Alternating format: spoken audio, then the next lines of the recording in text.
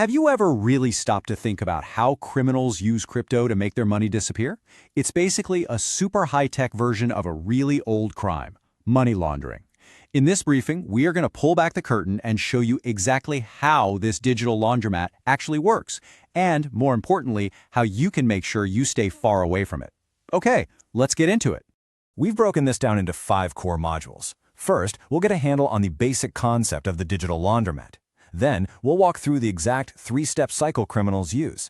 After that, we'll analyze their go-to tools, explore how your own investments could be at risk, and finally, we'll lock in some key security protocols to keep you safe. All right, let's kick things off with Module 1, the digital laundromat. Before we can understand the crypto side of things, we have to start with a really simple, real-world idea that makes everything else fall into place. So, at its heart, money laundering is really just an elaborate game of hide and seek.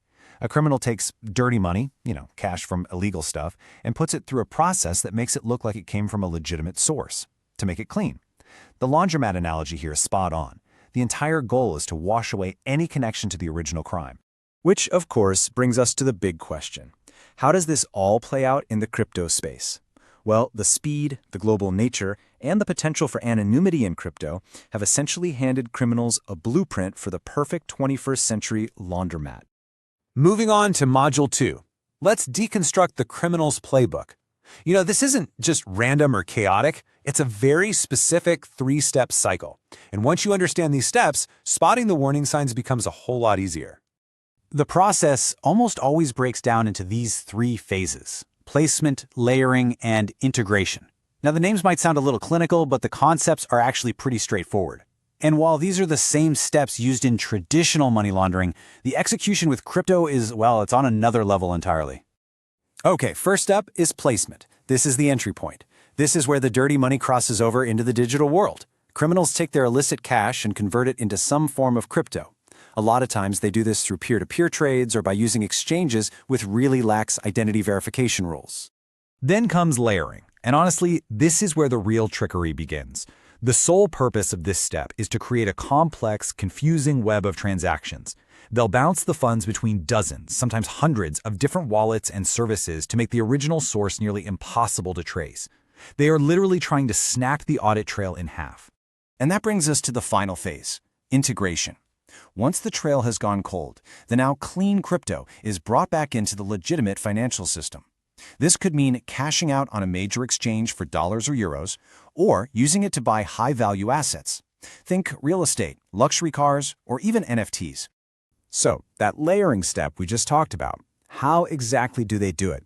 Let's dive into Module 3 and analyze the specific techniques and tools that make up the modern crypto launderer's toolkit. This stuff is pretty wild.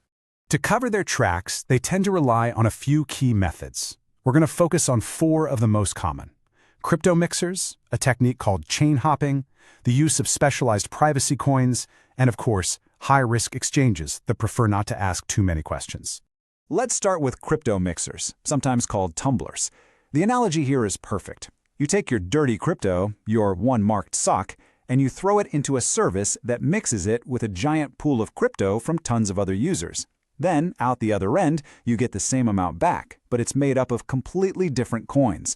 Just like that, the link is severed. And the contrast here is just staggering. On one hand, you have a transparent ledger like Bitcoin's, where literally every transaction is public and can be traced from wallet to wallet. The entire history is visible. But on the other hand, these privacy tools are designed to do the exact opposite. They deliberately obscure transactions, effectively breaking that chain of custody. Okay, we've spent a lot of time talking about the criminals, but let's shift focus and make this personal. In Module 4, we need to analyze how an everyday investor, someone just like you, could unintentionally become a link in this chain. So you have to ask yourself a tough question. Could any of your crypto activities be putting you at risk? It's a lot easier than you think to accidentally receive tainted coins, and that can put you in a really tough position, not just financially, but legally too. So here are some of the biggest red flags to watch out for in your own behavior. Things like using peer-to-peer platforms where you have no idea who is on the other side of the trade, or using exchanges that don't enforce Know Your Customer or KYC rules. Even something as simple as accepting a crypto payment from a wallet you don't recognize can open you up to enormous risk. All right, we have covered a ton of ground. For our final module, let's distill all of this down into your recommended protective protocols. These are the actionable steps you can take to shield yourself and your portfolio. At the end of the day, your best defense protocol is diligence. Number 1, always use reputable, regulated exchanges that have strong KYC and anti-money laundering policies. Number 2, be incredibly skeptical of any offer that seems too good to be true, because it is.